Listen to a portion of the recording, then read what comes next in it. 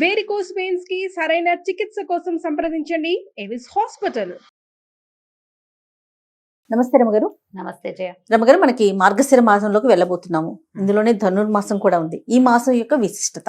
కార్తీకం వెళ్ళంగానే మార్గశిర శుద్ధ పాడ్యమితోటి మార్గశీర్షం మొదలవుతుంది. పురుషోత్తమ మాసంగా చెప్పబడుతుంది ఇది మార్గశిరం. భగవంతుడైన శ్రీకృష్ణుడు భగవద్గీతలో చెప్పాడు, మాసానం మార్గశీర్షోహం అని. నేను మార్గశీర్షాన్ని మాసాలలో అత్యద్భుతమైన మాసం, పురుషోత్తమ మాసం అని చెప్తారు. ఇది పురుషోత్తమ మాసంగా ఎందుకు చెప్పబడింది అని చెప్పుకోవాలి. మొదట దీంట్లో ఈ మొదటి రోజునే పోలిపాడ్యమితో పూజ చేసుకుంటాం మనం. అవును, పోలిపాడ్యం అంటే ఆ రోజున పోలాలు అమావాస్య, మన పోలమ్మ అనే అమ్మాయి స్వర్గారోహణ చెందటం, విష్ణు సాయుధ్యాన్ని పొందిన కథని చెప్తాం. తర్వాత ఒక వారం రోజులు, 6 రోజులు, 10 రోజులు కూడా గడిచాక 15-16 తారీఖుల్లో మనకి ధను సంక్రమణం చెందుతుంది. సాధారణంగా మనకి లెక్కలు, మన నెలలు ఎలా మారుతాయి? చంద్రకళలతోటి నెలలు మారుతాయి. మనకి చాంద్రమానం ప్రకారం సౌరమానం కూడా మనం చేస్తాం ఒకటి, కానీ ఆ సౌరమానం లెక్క ప్రతిరోజు ప్రతి నెల మనకు ఉండదు. చంద్రుడితోటే మన నడక ప్రతి నెల చంద్రుడితోటే మారుతుంది. చంద్రుడు ఏ నక్షత్రంతో కూడి ఉంటాడో ఆ నక్షత్రపు పేరునే ఈ నెలలకి ఇవ్వడం మనకు అలవాటు. చిత్తా నక్షత్రంతో కలిసినప్పుడు చైత్రము, చైత్రం తర్వాత విశాఖ నక్షత్రంతో కలిసినప్పుడు వైశాఖము, జ్యేష్ఠతో కలిసినప్పుడు జ్యేష్ఠ మాసము. ఇట్లా లైన్. ఓకే. ఈ పూర్వాషాఢ, ఉత్తరాషాఢ ఉన్నాయి కదా. పూర్వాషాఢతో కలిసినప్పుడు ఆషాఢ మాసము, తర్వాత శ్రవణంతో కలిసినప్పుడు శ్రావణము. ఇట్లా అయితే ఇలా వెళ్ళినప్పుడు ఈ లెక్కల్లో మనం మాసాలని అనుసరిస్తూ శ్రావణము, భాద్రపదము, ఆశ్వీజ, కార్తీక మాసాలు జరుపుకున్నాం. కార్తీకంలో ఆ విశేషమైన విష్ణు సేవ, శివ కైంకర్యాలు జరుపుకున్నాం. శివ ప్రీత్యర్థమే ఎన్నో దీపాలు పెట్టాం. అవును. ఇక్కడి నుంచి తీవ్రమైన చలి మొదలయ్యే కాలంలోకి వస్తున్నాం మనం. ఇది నా మార్గశిరంతో మొదలవుతుంది. అయితే ఈ మార్గశిరంలో ఒక 15 రోజులు గడిచాక ఇంచుమించు పౌర్ణమికి అటు ఇటుగా సూర్య సంక్రమణం చెందుతాడు. సూర్యుడు ఇప్పుడు చంద్రుడు ఏం చేస్తాడు? ఆయన కళలు పెరిగినప్పుడు తిథులు పెరిగి, కళలు తగ్గినప్పుడు మళ్ళీ తిథులు తగ్గి అదే పేర్లతోటి వస్తాయి. ఎట్లా? పాడ్యమి, విద్యా, తదియా, చవితి, పంచమి, షష్ఠి, సప్తమి, అష్టమి, నవమి, దశమి, ఏకాదశి, ద్వాదశి, త్రయోదశి, చతుర్దశి, పౌర్ణమి. మళ్ళీ అక్కడి నుంచి పాడ్యమి, కృష్ణ పాడ్యమి అనమాట. శుక్లమాస పక్షము, కృష్ణపక్షం. అయితే ఈ నడకలోనే సూర్యచంద్రులు, భూమి ముగ్గురు నడుస్తారు కదా. ఈ నడకలో సూర్యుడి నడక ఇంకొకటి ఉన్నది. సూర్యుడు ఎట్లా నడుస్తాడు? ఈయన చంద్రుడేమో తిథులు మారుతూ ఉంటాడు, ఈయనేమో ఇవి మారుతాడు. మనకి 12 రాసులు, 12 రాసులకి ఒక్కొక్క రాశి నుంచి ఒక్కొక్క దాంట్లోకి మారుతూ ఉంటాడు. ఈ సూర్యుడు మారే క్రమాన్ని సంక్రమణం అంటారు. సంక్రాంతి, రవి సంక్రాంతి అని చెప్తారు. ఇది నెల మధ్యలో వస్తుంది. పౌర్ణమికి అటు ఇటుగా డేట్ల ప్రకారం అయితే ఖచ్చితంగా 15-16 తారీఖుల్లో ఉంటుంది. 14, 15, 16 అంతే. ఈ 3 డేట్లలోనే పైకి కిందకి అవుతుంది, కానీ ఇంచుమించుగా 15వ తేదీలాగానే మనకు కనిపిస్తుంది. ఈ సంక్రమణం చెందేటప్పుడు కూడా మనకి ఈ సంక్రమణాలను బట్టే మనకి ధాన్యాలు విత్తనాలు పెట్టుకోవటము, ఆకుమడ్లు పేర్చుకోవటము, తర్వాత వాటిని కొట్టటము, ఇవన్నీ కూడా రవి సంక్రాంతులతోటి ఆ నియామకంలో నడుస్తూ ఉంటాయి. ఓకే. ఈ సంక్రమణం, ప్రతి సంక్రమణము చాలా విశేషమైంది. తులా సంక్రమణంలో ఉన్నప్పుడు కార్తీకం నడుస్తుంది, ఇది నడుస్తూ ఉంటుంది. ఇంకో సంక్రమణం కూడా అయ్యాక ఇప్పుడు ధను సంక్రమణం అంటారు దీన్ని. ధనురాశిలోకి మారతాడు సూర్యుడు. దాని తర్వాత ఏమిటి? దాని తర్వాత వచ్చే సంక్రమణము మకర సంక్రమణం. మనం సంక్రాంతి పండగ చేసుకుంటాం. ప్రతి సంక్రాంతి, ప్రతి రవి సంక్రాంతి కూడా పర్వదినమే. ఈ పర్వదినాల్లో ఏం చేస్తారు? అందరూ చెయ్యరు వాటిని, కానీ సంక్రాంతుల్లో పెద్దలకి మనం నీరు వదలటం అనేది, తర్పణాలు విడవటం అనేది ఒక పురాతనమైన పద్ధతి. ఇప్పుడు మనం ఏం చేస్తాం? ఏవో తద్దినాలని వాళ్ళ తిథి వచ్చిన రోజున, తర్వాత ఏమో సంక్రాంతి నాడు పెద్దలకు పెట్టుకుంటామని సంక్రాంతి నాడు పెడతారు. మహాలయ పక్షంలో పెడతారు. మహాలయ అమావాస్యకి తద్దినం పెడతారు లేదా తర్పణాలు విడుస్తారు, ఇంతే చేస్తారు. సంక్రమణాల్లో తర్పణం విడవటం అనేది ఒక విశేషమైన క్రియగా, పురాతనమైన పద్ధతిగా చెప్తారు.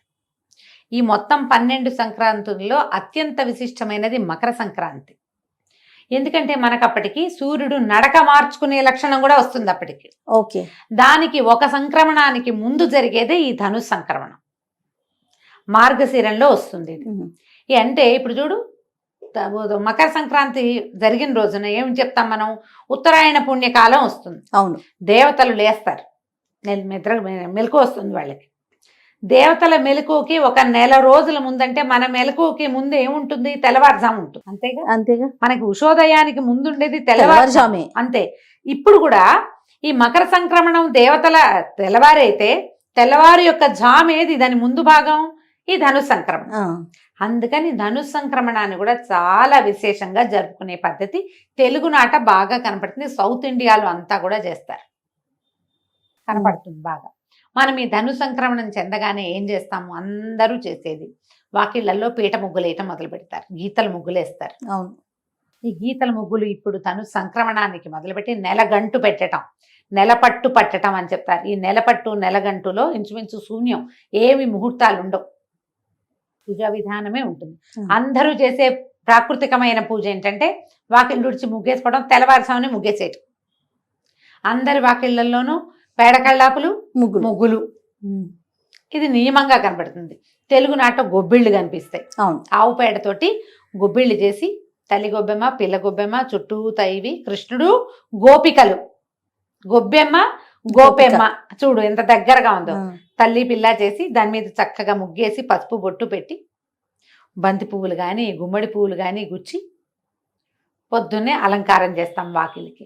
విష్ణు సంచారం కోసం చేయబడేది ఇది. అయితే ఈ 30 రోజులు మనకి 30 days పడుతుంది. ఈ సంక్రమణం నుంచి మకర సంక్రమణం దాకా 29 లేదా 30 రోజులు పడతాయి. ఈ 30 రోజులు కూడా అద్భుతమైన విష్ణువారాధన జరిగే కాలం ఇది. ఈ 30 రోజుల్లో మనకి శ్రీరంగంలోను ప్రతి విష్ణువాలయంలోనూ తిరుప్పావై సేవను జరుపుతారు. ధనుస్సుని, ఈ ధను సంక్రమణం ధనుస్సు లేదా మార్గళి అంటారు. ఈ మార్గళి సేవాకాలం జరుపుతారు. మామూలుగా మనకి తెల్లవారుజామున సేవాకాలం జరిపే ఇంకా ఏ కాలము లేదు. కార్తీకంలో మనం ఏం చేసాం, మనమే స్నానం చేసి దీపం పెట్టుకుని పూజ మెల్లిగా చేసుకోవచ్చు, తెల్లవారుజామునే చేయాలన్న నియమం లేదు. కానీ ఇప్పుడు మాత్రం విష్ణు పూజ తెల్లవారుజామునే చేస్తారు. ఈ విష్ణు చిత్తుల యొక్క కుమార్తె అయిన గోదాదేవి పాడిన 30 పాసురాలని రోజుకొక పాసురాన్ని పాడుతూ రంగనాథ స్వామికి మేల్కొల్పులు చెప్తూ, విష్ణుమూర్తికి మేల్కొల్పులు చెప్తూ ఆయన్ని లేవదీసి సకలోపచారాలు చేసి పూజిస్తారు. ఇది సార్వజనీనంగా అందరూ చేసుకునేది కాదు. సార్వజనీనమైనది ఏంటంటే వాకిలు శుభ్రంగా ఉంచి ముగ్గులేయటమే. ఎందుకంటే మకర సంక్రమణానికి మరుసటి రోజున వచ్చే కనుమ నాడు బలిచక్రవర్తి భూమి మీదకి వస్తాడు. ఆయన స్వాగత సత్కారాల కోసం మొదటి మెట్టుగా నెల రోజుల ముందే మనం ఈ ముగ్గులు మొదలు పెడతాం. బలి రావడానికి బలిని భూమికి పట్టించినటువంటి మహానుభావుడైన సర్వవ్యాపకుడైన విష్ణువుని పూజిస్తాము ఈ నెల రోజులు. అవకాశం ఉన్న వాళ్ళు పూజించుకోవచ్చు. ఈజీ మెథడ్ ఏంటంటే దేవాలయానికి వెళ్ళడం, చక్కగా దద్దోజనమో చక్కెర పొంగలో ప్రసాదంగా తెచ్చుకోవటం. ఈ నెల రోజుల సేవా కాలము అన్ని విష్ణువాలయాల్లోనూ విశేషంగా జరుగుతుంది. శ్రీ వైష్ణవుల ఇళ్లలో కూడా చేసుకుంటారు. వైష్ణవ మఠాలు, పీఠాలు అన్ని చోట్ల కూడా విష్ణువారాధన క్రమం సాగుతుంది. పాసురాలు చెప్పుకుంటారు. ఈ గోదాదేవి కథ విశేషంగా మనం వింటాం. ఈ నెల రోజుల్లో తిరుమలలో కూడా స్వామివారికి సుప్రభాత సేవలో సుప్రభాతం బదులు తిరుప్పావైనే వినిపిస్తారు. తిరుప్పావైతోటే స్వామిని నిద్రలేపుతారు. అది విశేషంగా కనపడుతుంది. మనం ఇవన్నీ ఏం చేయలేం.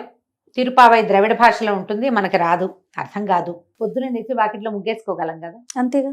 ఆ వాకిట్లో ముగ్గేయడానికి మీరు స్నానం చేయక్కర్లా, స్నానం చెప్పలా. సాధారణ జీవులకి స్నానం చెప్పలేదు. వాకిలుడిచి చక్కగా ముగ్గేసి కళ్ళాపు జల్లి ముగ్గేసి తర్వాత మీరు స్నానం సంధ్య తెమిల్చుకోవచ్చు, ఏం తప్పలేదు. ముగ్గేయటానికి కూడా స్నానం చేయాలని నాకు తెలియదు జయ. అదేలేండి, నాకు తెలియదు. ముగ్గేయటానికి కూడా, వాకిళ్ళు తుడటానికి కూడా, గొబ్బిళ్ళు పెట్టడానికి మేమైతే గొబ్బిళ్ళు పెట్టడానికి ముందు స్నానం చేసేవాళ్ళం కాదు. ఊళ్ళల్లో ఎవరైనా స్నానం చేసి గొబ్బిళ్ళు పెడతారని నేనైతే వినలేదు, నాకు తెలియదు. మీరు ఎవరైనా అలాంటి విధానం ఉంటే అమ్మా ఖచ్చితంగా పాటించండి. జోహార్లు మీ ఓపిక, మీ పద్ధతులకి. నాకు తెలీదు, మేము అలా చేయలేదు. ఎన్నేళ్ళో పెట్టాను జయ గొబ్బిళ్ళు నేను. మాకు అవకాశం ఉంది, పల్లెటూరు కదా, గొడ్లు ఉన్నాయి, ఆవులు ఉన్నాయి మాకు. చక్క పాలేళ్ళు ఆవు పెడ తీసి పెట్టేవాళ్ళు, పొద్దున్నే లేచేసేవాళ్ళు. ఎందుకు ఈ కాలం ఇంత ప్రత్యేకం అంటే ఇవి మనకైతే పంటల కాలం. ఈ గొబ్బిళ్ళు పెడితే ఈ గంగిరెద్దుల వాళ్ళు రావటము, హరిదాసులు రావటము, పొద్దున్నే ఆ మంచుని చీల్చుకుంటూ వచ్చేవాళ్ళు. విపరీతమైన పొగ మంచు, తెల్లవారు డిసెంబర్ అనేసరికల్లా ఇంకేముంది, పొగ మంచే కదా. అవును. ఆ మంచులో ఆ చల్లదనానికి ఈ పని చేయటం మంచిది ఆరోగ్యానికి. బహుశా ఉమ్, స్త్రీ ఆరోగ్యానికి మంచిదని ఇవి పెట్టారేమో అనుకుంటా నేనైతే. దాన ప్రక్రియ విశేషంగా చేస్తారు. ఈ ఒడ్లు బియ్యము ఇల్లు చేరతాయి. ఉమ్. అందరికీ ఒడ్లు, మన వైపు అంతా వరే కదా. అవునవును. ఇల్లు చేరేసరికి అలా వచ్చిన వాళ్ళందరికీ తలా ఒక దోసెడు గుప్పెడు చొప్పున బియ్యమో ఒడ్లో ఇచ్చేవాళ్ళం. గుమ్మడికాయలు కాసేవి గుమ్మళ్ళు ఇచ్చేవాళ్ళు బాగా. ఈ కాలం అంతా కూడా దాన ప్రక్రియకి చాలా మంచిది. మీరు ఆహార ధాన్యాలు ఏవైనా సరే, ఇప్పుడున్న కాలాన్ని బట్టి సిరిధాన్యాలు కూడా ఆహార ధాన్యం కిందే లెక్క కదా మనకి. ఉమ్, అవైనా సరే దానం చేయండి. ఓ. విశేషించి గుమ్మడి పళ్ళు ఉమ్, అవి కూడా చాలా మంచివి. తర్వాత ముందుకి పళ్ళు దానం చేయటం, ఖర్జూర పళ్ళు, రేగు పళ్ళు అలాంటివి దానం చేయటం చాలా మంచిది. ఇవన్నీ ఆరోగ్యానికి మంచిది, ఇహపరాలకి ఉపయోగపడేవేనమ్మా మన అంతేగా. పండుగలన్నీ. అయితే ఈ పర్వదినాలుగా చెప్పబడేటువంటి ఈ ధను సంక్రమణ దినాలన్నీ కూడా కుదిరితే ఏదైనా ఒక విష్ణువాలయాన్ని దర్శనం చేయండి. ఏ శ్రీరంగమో రంగనాథ స్వామిని చూడగలిగే అవకాశం లభిస్తే చక్కగా. మహతరం జన్మ ధన్యం అయిపోయినట్టే. అవకాశం కుదిరితే అన్ని చోట్ల జనం బాగా పుష్కలంగా ఉంటారు. ధనుర్మాసంలోనే మనకి గీతా జయంతి అవన్నీ వస్తాయి. అవును. గీతా జయంతి కొంచెం ముందే ఏకాదశికే వచ్చేస్తుంది, మార్గశిర మాసంలో వస్తుంది. అయితే ఇప్పుడు ధను సంక్రమణ మనకి మార్గశిరంలో వస్తుంది. మార్గశిరంలో ఇంకా విశేషంగా చేయవలసినవి ఏంటంటే ఈ పాడ్యం చేసాం, పోలి పాడ్యమి, సుబ్బారాయ షష్ఠి ఒకటి చేసుకుంటాం. అవును. ఎవరైతే నాగుల చవితి నాడు పాలు పోయలేదో వాళ్ళు వాళ్ళు సుబ్బారాయ షష్ఠికి పాలు పోసుకోవచ్చు. సంతానం లేని వాళ్ళు, సంతాన కోసం ప్రయత్నం చేస్తున్న వాళ్ళు కూడా ఈ సుబ్బరాయ షష్ఠి నాడు సుబ్రహ్మణ్యుడిని తలుచుకుని షష్ఠి పూజా విధానాన్ని ఏదైనా మొదలు పెట్టుకోవచ్చు.